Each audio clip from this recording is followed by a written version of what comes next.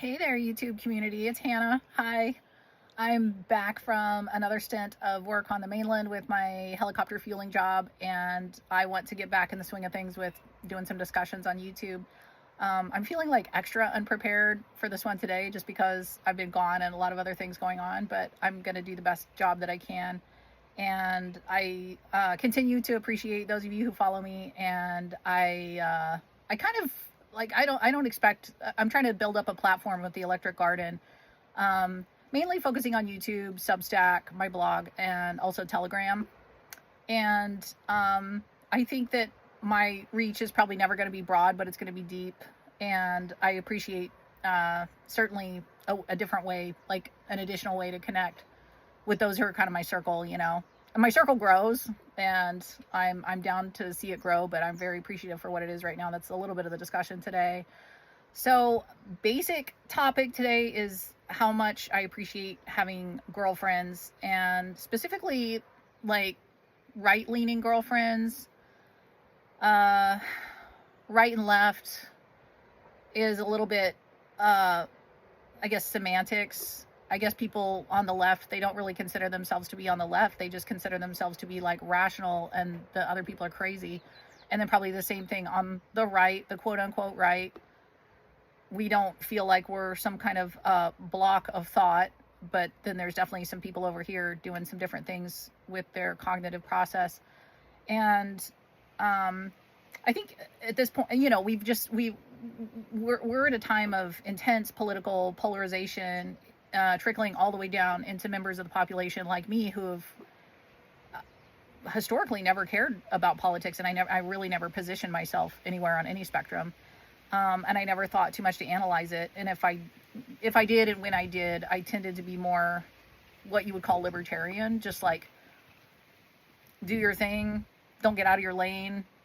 You can't hurt other people. Other people should be allowed to hurt you. Don't mess with kids, you know, that kind of thing. But I'm very blessed to have a small but such a rewarding group of girlfriends now, and it makes me so happy that I want to do a video about it. It makes me so happy because this, like, maybe this is unusual for women, but that just hasn't been the case. I'm in my late 40s, like I'm going to turn 50 next year, and almost all women that I know have just had like strong girlfriend connections, like all the way through their lives, all the way through school, all the way through college if they did that, continuing on. And I do now, but there's many times and many years that I've asked myself, like, what? I would almost be like an incel guy who like can't get a girlfriend, you know, and like tries this and he tries that and he tries different things and it just never fucking works out. And he's like, what do you got to do to get a girlfriend? I'm like the same way, but I'm straight. I'm like, what? Everybody else is just out there clumping together. Like the females are just clumping together, you know? And the last thing that is possible to do is to like infiltrate a group of girls who are already friends. Like, that's rough. That doesn't work out very well. Also, maybe it would if I had like the different affect or something like that. But it's been like literally by the grace of God that I have that I've like connected with the girlfriends that I have, and there's not a day that goes by. And I think especially because I work in the trades and I work literally around all men. Like I work in the field, and maybe like 2 or 3 degrees removed from me, there might be like a female somewhere in the chain of command that might float in or out or something, you know, and like certainly in the sort of like more corporate sphere. But working in the trades and working in the field, which is for a long time throughout different industries, that's been the case. Like my interface with colleagues and coworkers and like people in the same industry as me, which is generally wildland fire and specifically aviation, helicopters, and I'm a fueler. The ratio of men to women is like really skewed, you know, and that's fine. I get it, and I also don't get it, and that's probably the subject for another video. But it's I'm gonna say like literally miraculous that I've been able to connect. So I'm gonna say one of my one of my greatest girlfriends, she used to do my lashes. She's an esthetician. That's a definite way to connect with somebody. And we kind of like, we're like, oh, we're sort of like vibing on the same thing. I mean, I think if you're in the sort of like alt-right category, as I wouldn't consider, I would never like put myself there, and nor would she, but the like media at large, the MSM, or sort of however it is that we've like organized our like cultural consciousness, puts us there. You know, you're a minority, and you know that, and you're definitely not a normie, and you're definitely somebody who's been like full-time like pursuing information from like alternative sources, and so you get to have a bit of like an underground approach to how you kind of like gel with people, and you kind of throw out some clues, and then they kick it back to you, and you're like, oh, you know. And so we really like she's a wonderful esthetician. It was so we're still friends. So another girlfriend of mine, we met on the plane, and that's extra miraculous because I fly all the time for work, and I travel all the time for work, just planes, trains, automobiles, everything. And I meet people on airplanes all the time. So like, this is another kind of challenge moving into adulthood. I mean, I think a lot of the friendships that we form when we're younger have to do with just being in these embedded situations like school, you know, where you just see this person like day after day after day. Like, I'm obligated to be in this building during these hours, and so are you. And so it's, at some point we're going to end up talking, and then, oh, I'll see you tomorrow. And then friendships are like brokered out of that, you know? But yeah, I meet people on airplanes all the time, and I have like wonderful, rewarding conversations with people on airplanes all the time. And then you're like, okay, safe travels, you know? But it's when you're an adult, it's, everybody's busy. Everybody's already got their boxes checked, you know? Like, everybody already has their basic primary people in their lives. Like, those parking places are filled with cars, and so are yours, you know?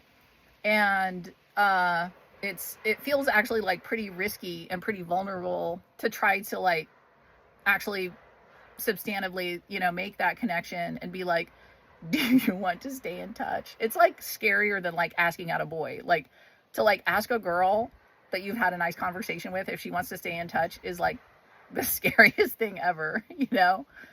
Because she could be like, oh, I'm just kind of trying to fly on this airplane. You're like, my bad. So me and that girlfriend, we met on the airplane, and like, against all odds, we have we've gotten really close, and we've been friends for 2.5 years now, almost 3 years, right? Another girlfriend of mine, we for a long time we never met because we were friends like online through a subgroup, a sub community that has to do with a really amazing brand of a designer that makes dresses and stuff. And we became friends through there. Mostly, this was mostly her, because I'm like so beaten down that I tend to I could probably be a little bit more like with my initiating energy, but I'm like scared of women, you know what I mean? I'm like scared of women.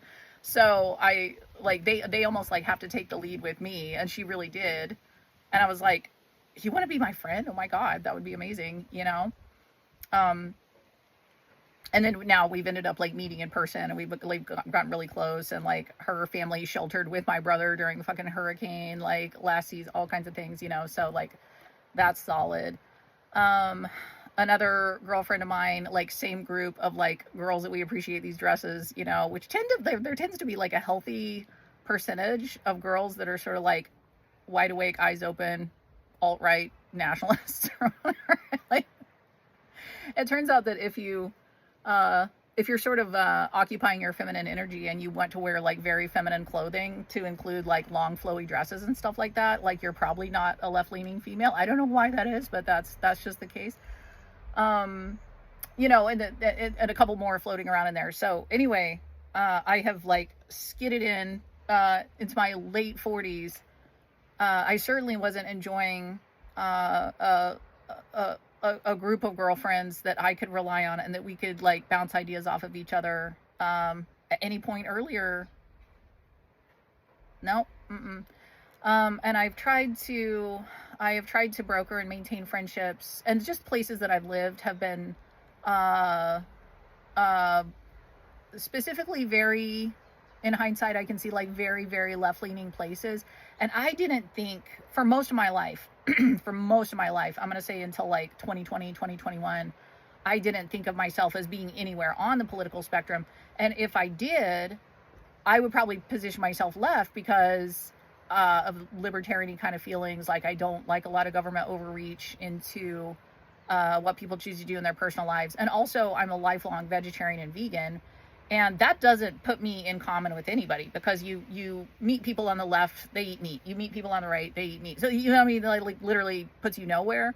But for some reason, just vegetarianism and veganism generally tend to like have more of a sort of like umbrella presence on the left side of things. So for a long time, I kind of mistook myself for over there, you know? But anyway, so working as I do around all men, which I think that I'm successful enough in that regard that I can pull down a paycheck and I can contribute what I'm supposed to contribute to the situation and be part of a crew and move around and like adjust to things and adapt and overcome and all of that. But that's all you need, you know? And I think I would like to do another video at some point, like specifically talking to women who are considering maybe entering the trades, or maybe who haven't considered entering the trades, like younger women, because it's super rewarding and doesn't have a lot of the problems that you encounter otherwise. It does have other problems, and it always does kind of confuse me that so many women like don't choose in that direction. You know, so I think that's probably worth a discussion, but that's going to be off to the side, something else. So so anyway, yeah, like working around all men, I'm definitely very aware of how I'm adapting to their environment, which is fine. I'm happy to do that. And dealing with women in general, like if I were just walk into any kind of situation, like social situation, a dinner party, like anything that was like female dominated and primarily women there, I think I would be doing an equal, if not greater amount of work to adapt myself to that situation, which kind of goes back into the, like, are people like left leaning or right leaning thing? Because it certainly matters with men and men's friendships with each other. And I guess we all, you know, we're all going to like find relationships more rewarding if we can like talk about our ideas and not be demonized for that. Right. But I think specifically for women, there's something that I want to say, which is that like this, okay, so this is like a completely like apolitical statement right now on the outset, is that the lone wolves of history, like the people for good or for bad, you know, who are sort of willing to like march to the beat of their own drum and totally like go off in their own direction and like harbor and develop and cultivate their own ideas that may put them at odds with society at large or their community at large, and are psychologically, if not comfortable, but willing to function as lone wolves and to adhere to their ideas and their thought process, whether or not, like being a lone wolf isn't the point of it, but like whether or not that connects them to other people. I think that those people tend to be generally men. And I think those people tend to generally not be women. And it makes sense that women are more sort of like herd oriented and pack oriented. I mean, through every lens that you could look at, sort of like men through history and women through history, and what their incentive landscape looked like for them, and what were the largest threats, and what were the largest challenges, and what were the largest incentives driving them. It makes sense that women would be more clumped together communally, right? Even to the extent that they would be holding down the fort in a community while men go off and do their man shit, you know? Like whatever that, like at any point in time, at any point in history, whatever the threat is that the men are like rising to that occasion, because that's what men do. Like that's men's role all through history, is to protect women and children and to advance the project of civilization. And those two things are completely connected, because you can't advance the project of civilization if you're not protecting women and children, and you can't fail to protect women and children and still advance the project of civilization. You know what I mean? Like it all kind of goes together. So it makes sense that women not only like physically would be clumped together in whatever's like the safe protected space, but then would also have adapted to, or maybe didn't adapt. Maybe this was just kind of like the way that we've been all along, to define ourselves and feel ourselves and relate to ourselves and relate to others from within that like clump, that herd, you know? So that's where, when you get a, a World War III information warfare, cognitive warfare, psyops every day, all the time kind of environment, which it's not really like politics that are happening right now. Do you know what I mean? It's information warfare. Like a matrix, like a false matrix has been created for us all, you know, that if we surrender to it and we're sort of passive within it, as I say this on every video, it's you know, the point of the matrix is to make us like disempowered and not sovereign and sick and fat and poor and weak and undermuscled and low T, like, you know what I mean? Like that's the matrix. That's not really politics, but we, you know, we can call it politics, whatever. I mean, it like takes the form of politics. Really what's happening with politics is that we have broken money. So, I mean, people in politics, they don't produce anything. They're not entrepreneurs. They're not like producing like goods and services that people in society need. And if you had sound money, then everybody that was participating economically would have to like bring something to bear, right? And if you like the proliferation of like politics and politicians, like as a class, has to do with broken money. Absolutely. Like there's a completely solid connection there. And so it makes sense because we're living in the ultimate like broken money system, with our fiat shitcoin US dollar that all of the other fiat shitcoin currencies in the whole world are connected to. There's just certain like trends and patterns that occurred downstream of broken money and that occurred downstream of fiat. And one of those is the proliferation of a class of politicians who don't create anything. They don't create anything. You know, I mean, leadership, there's always going to be a role for leadership in human civilization, of course. But they aren't creating goods and services that they're trading. You know what I mean? Like, if you have broken money, then there are people who are better and worse positioned to take advantage of like the money spigot. Like, where's the freaking money spigot? Like, where's the money coming out? The printed money, the fake printed money. And in the case of a fiat system, a broken money fiat system, the money spigot is the government, because the government is issuing the fake money. So anybody who can get themselves close to the money spigot is going to, you know, be able to capitalize on the broken money. So that's where politicians come from. I mean, there's always going to be a role for leadership, but to the extent that like broken money is opaque to us, I think the proliferation of like politics and politicians is also opaque to us because it just seems like status quo and it's like the norm. So again, referring to myself or anyone else as being over here on the political spectrum or over there on the political spectrum is kind of a lot of horse shit in a sense, because we wouldn't have so much of an awareness and a sense and like an obsession and like a hyperfixation on politics and a political spectrum, period, if there wasn't such a proliferation of that within our society as a class of people producing no value and capitalizing on the broken money system, the government spigot where the money comes out. Does that make sense? So like, going back to my previous point, like, I think it makes sense that women, like, psychologically and physically would, like, be accustomed to, like, clumping together, you know, where the men go out and, like, are operating as teams or, like, links in a chain, or even in some cases more of a lone wolf, you know, being a lone wolf for men, that can he can either be, like, a Sigma male, or he can be, like, a fucking liability, you know, they sort of regulate each other and themselves that way. There's a lot about that.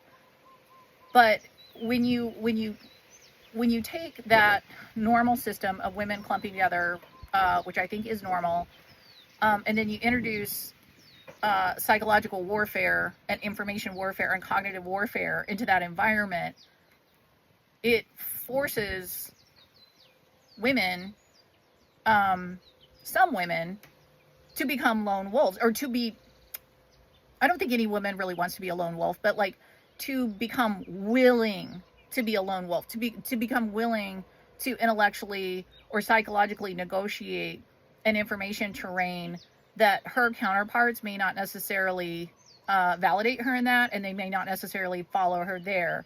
And for a lot of women, I think that's the beginning and end of it.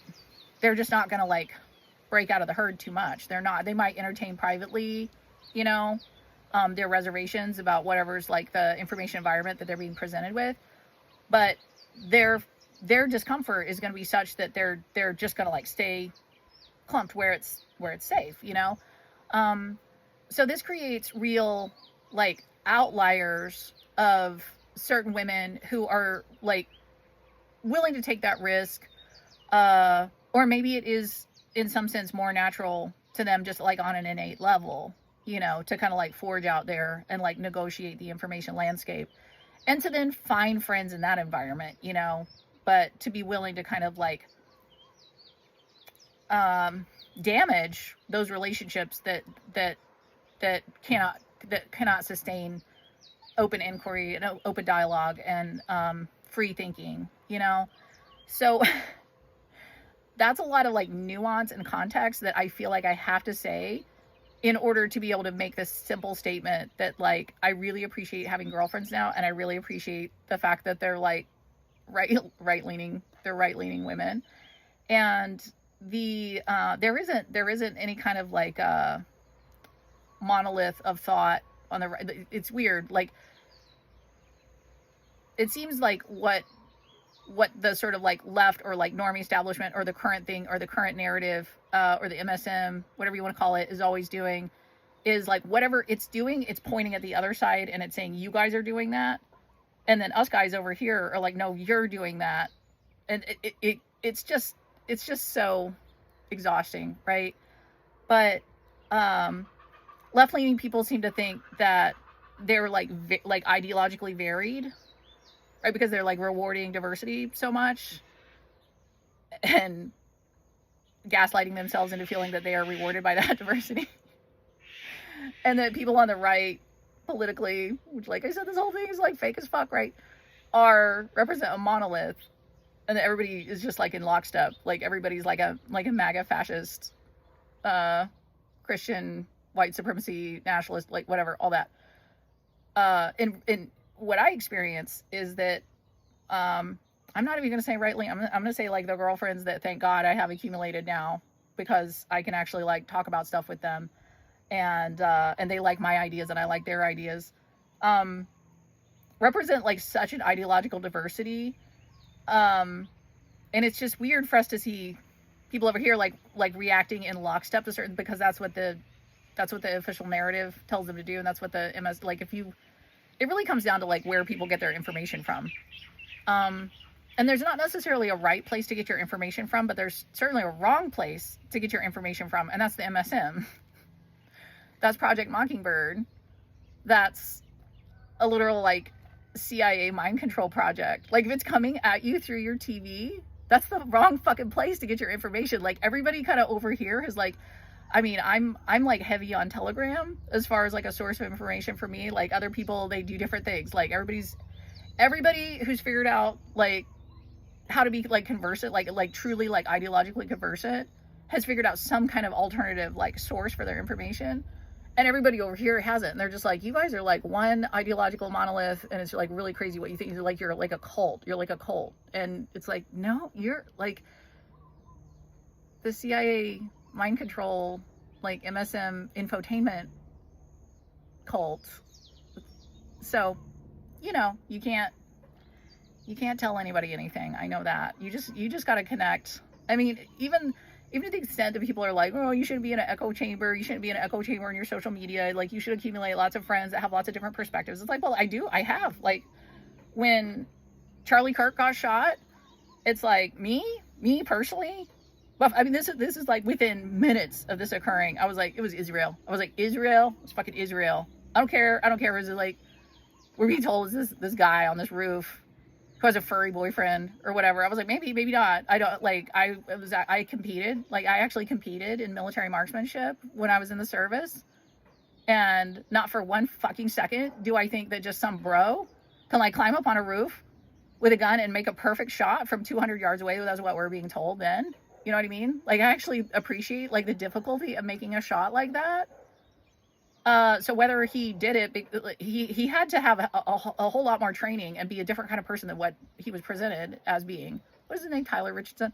Or just he wasn't the guy, you know? But I was like, whether it was him or not, or somebody else, or he had a bunch of training and he's being presented to us as this, like, random libtard. It was Israel. It was Israel, like, 100%. And now I'm talking in terms of like the ideological diversity that we're constantly being told that we don't have, but that actually that's kind of the only place that it exists. Like one of my girlfriends is just like, that's just fucking sad. And one of my other girlfriends is like, that's, I don't even think that happened. Like, I think he might still be alive. I think this might be like a false flag. And then one of my other girlfriends is like, I think his wife is like a fucking agent of some sort, you know? And it just, it's like, it yields like an incredibly like rich hotbed of angles to think about it from.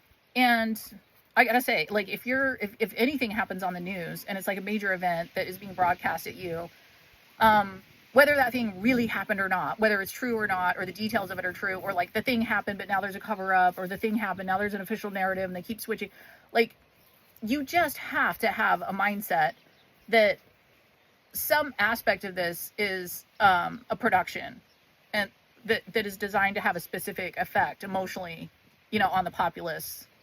Like, I'm not saying that the whole thing didn't happen or that any part of it did. Like, it's just you have to have that healthy skepticism that things aren't being broadcast to us and amplified within our consciousness. If there's not some like intention for that, a manipulative intention, you know. So that's kind of like the dialogue that's here. Nobody, me included, nobody's like, I definitely feel like I have like the right, you know, it was all like emerging, it's still emerging, it's still getting sketchier. But nobody's like, oh no, like that didn't happen, this happened. Everybody's kind of like, I am healthy skepticism being my way through this, you know. That's what I need. That's what I need in friends, and that's what I need in girlfriends. You know what I mean?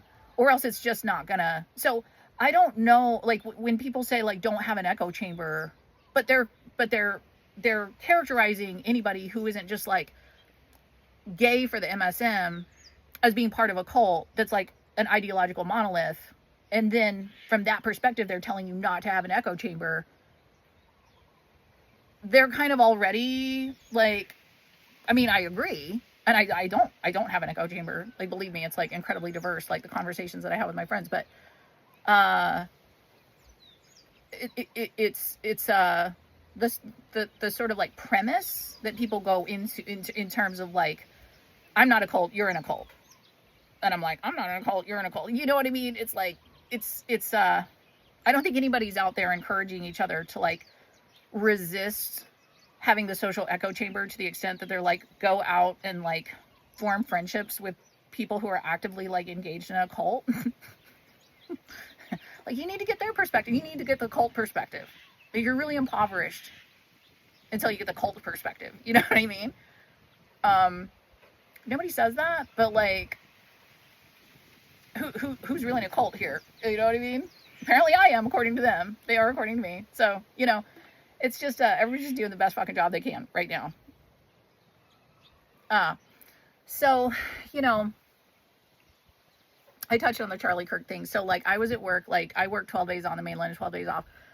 And I was, like, in the camper that we used for an office at our helipad. And I was actively texting with somebody else at the time. And then my other friend on Telegram was like, bro, like, Charlie Kirk was just shot. And I jumped over on Telegram and started, like, doom scrolling immediately.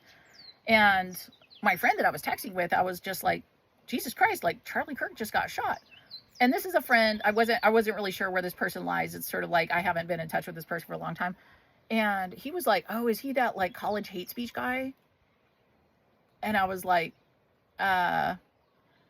he's the guy that went out and had really open and like unscripted conversations with anyone that wanted to approach him. on college campuses, which are the absolute hotbed of the mind control, like cultural Marxism. You know, they've really got a hold on the college camp. Like, he was that guy, you know.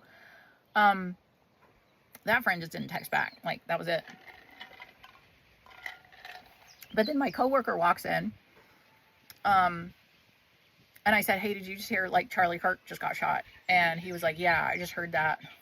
And I was like, "Man, that's crazy." I said, I never, I never, like, on purpose, super duper followed Charlie Kirk. Like, it's impossible to pay attention to everything that's going on and not to have seen a bunch of clips of Charlie Kirk doing his thing, because he was like the modern day Socrates. Like, he went out, and like anybody that wanted, on specifically the college campus environment, which is a very important environment to focus on, you know, anybody that wanted to approach, I don't need to tell you this, but like anybody that wanted to approach him, like whatever question they want to ask, he would have like an open and honest and respectful dialogue with them.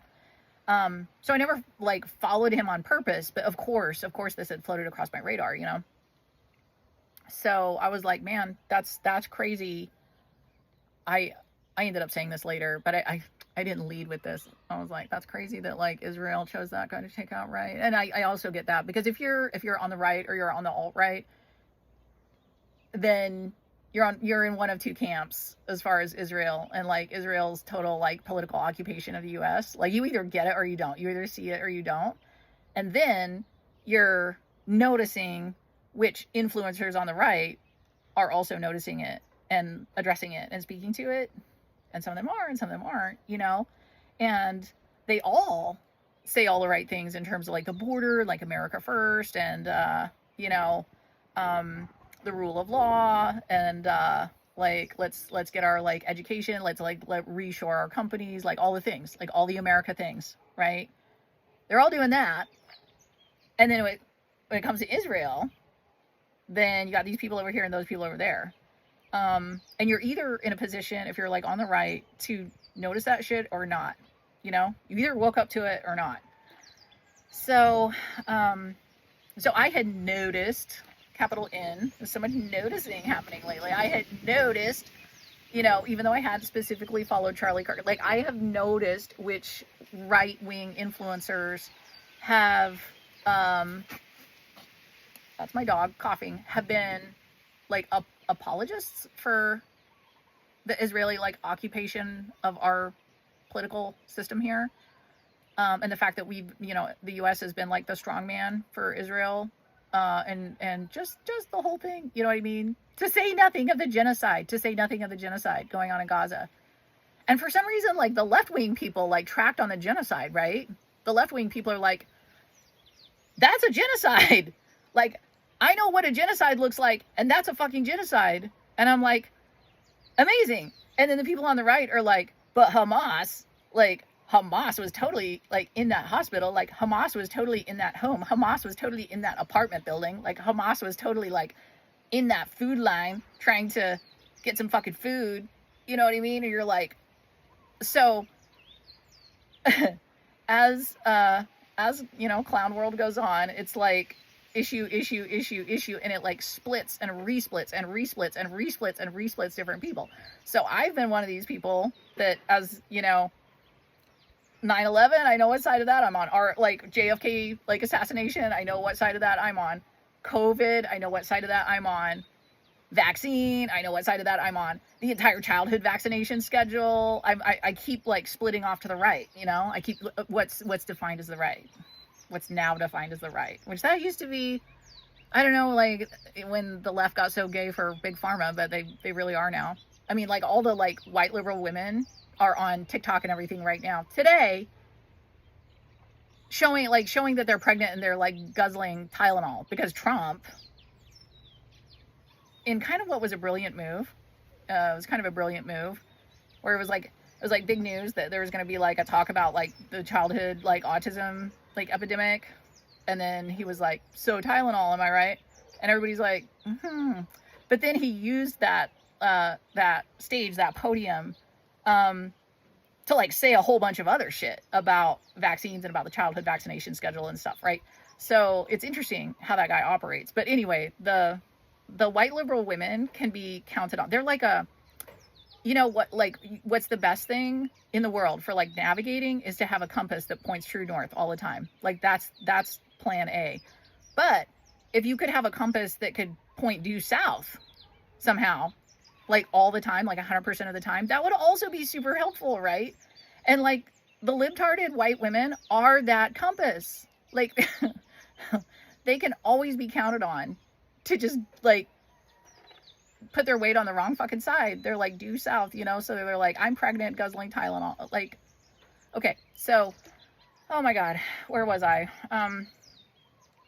So anyway, like, as each kind of like major, like as the Overton window shifts of like what is like the social discourse, what does it include and what does it not include, like what's still considered fringe and that's not part of the Overton window versus what's it's moving fast and it's starting to include a lot more stuff a lot faster. There's like an acceleration happening, right? And there's like an acceleration happening of these like major societal questions that we have to like face, and then it splits people off.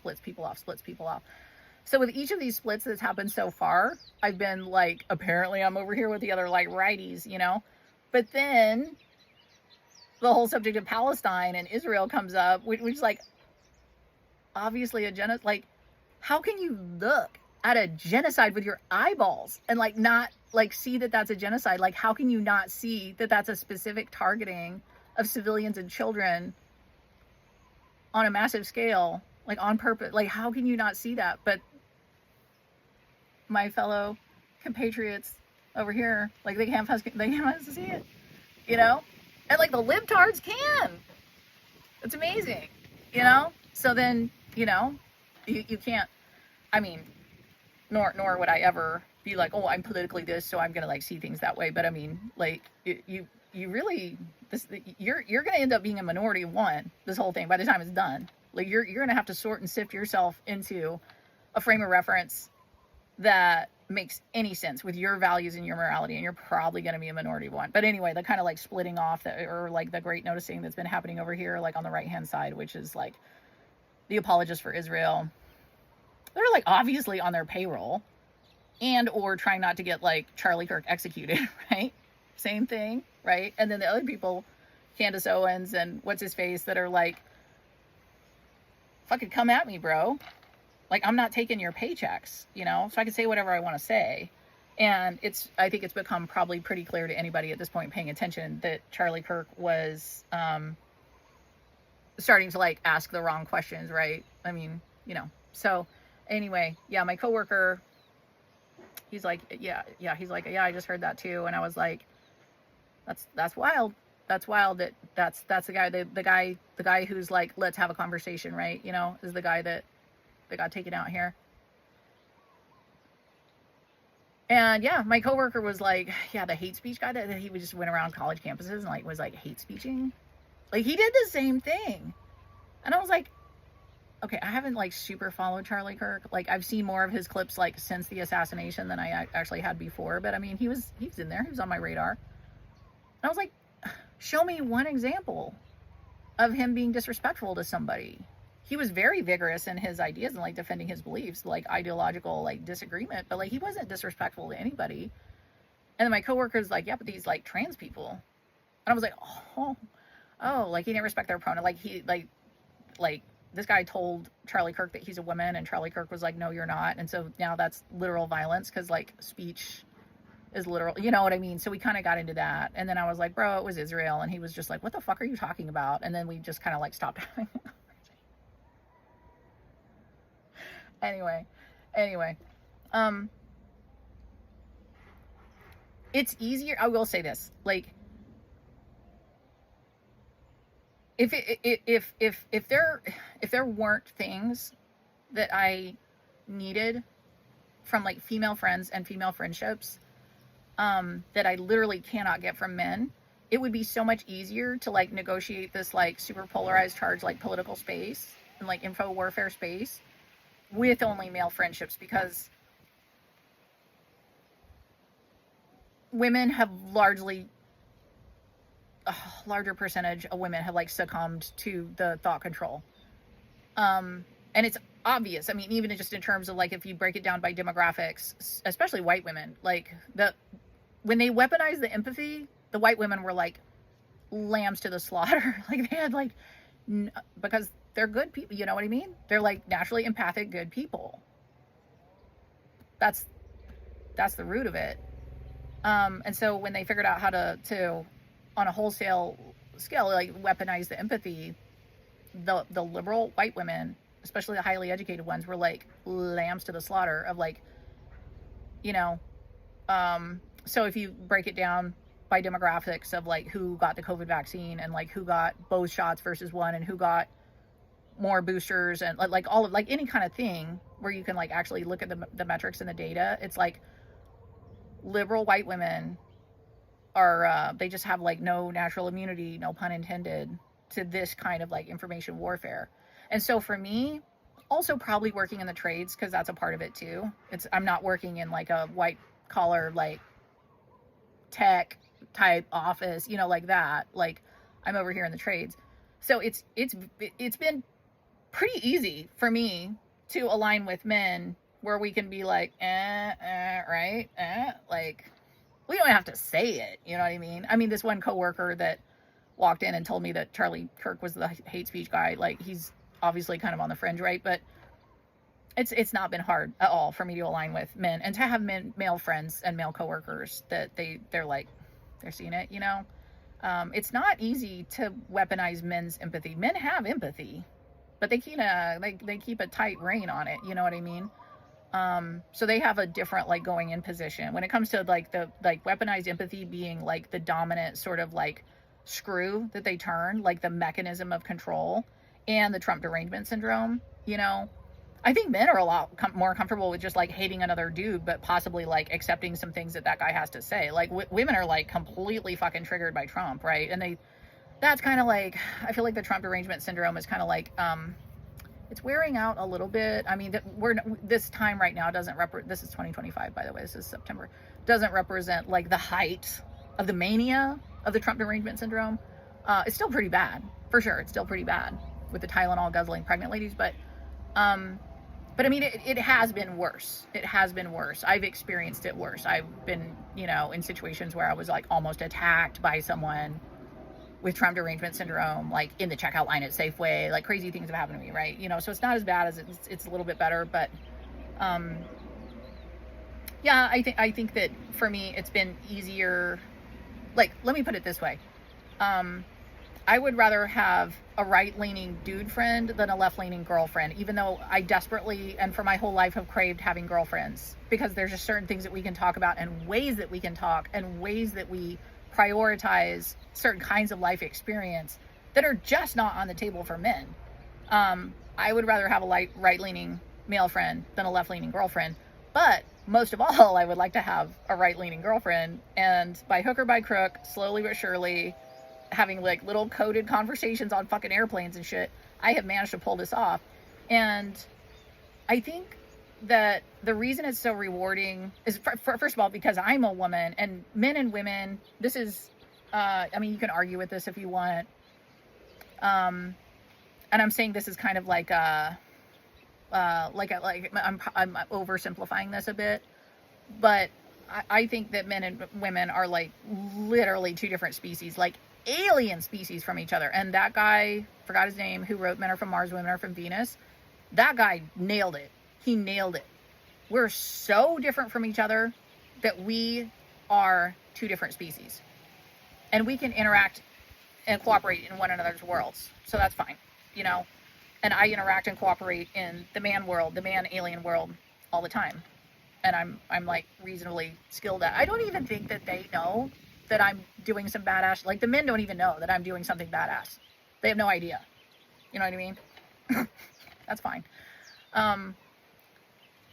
But like men are super, super oriented outward, like outward, like tangible, dealing with the tangible reality of the world. And like women are super oriented to our interior experience. And men obviously are aware and tracking on their interior experience as well and that of others, but it's not like their comfort zone, you know what I mean? It's not like their first like discussion point. And for women, the same way. Like, obviously, we're very much oriented to our exterior world and like grappling and manipulating that.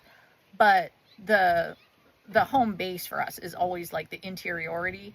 And so there's just like all kinds of discussions that I can't have with men, except like certain very special men, you know, but not just like generally male coworkers or like men at large, you know, that I just don't get to like value express a lot of stuff that's going on with me at all if I don't have female friends, you know, and if I don't have female friends that are like awake and aware enough that they're not going to get like derailed of something that I'm trying to say because I said the wrong thing about Trump, or you know what I mean? You can't have that either. So that's I don't know if that went the way that you expected it to go, and I don't know if that went the way that I expected it to go, but like I think it just went the way it needed to go. That's why I appreciate having right-leaning, alt-right girlfriends, and I'm very grateful for it. I'm very grateful for them. And I do the best I can to like nurture and maintain those relationships. And you know what? It's just not hard. It's just not hard at all. These aren't women that are like, we have to go to the bathroom together, or like, I don't know, like all the weird shit that like all my life, like girls have done, like the sort of like little tests. Women test men, and they test other women. And this starts really early. I mean, as far as I can remember, this started in like second grade, if not first grade. You know what I mean? They establish little tests, and you either pass that test or you fail that test. And I guess I was always somebody that was like failing that test.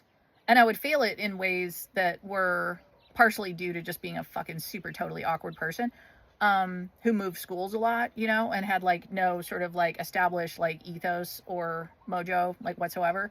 But I also failed those tests in regards to always having a pretty strong connection with my sovereignty and being willing to be a lone wolf.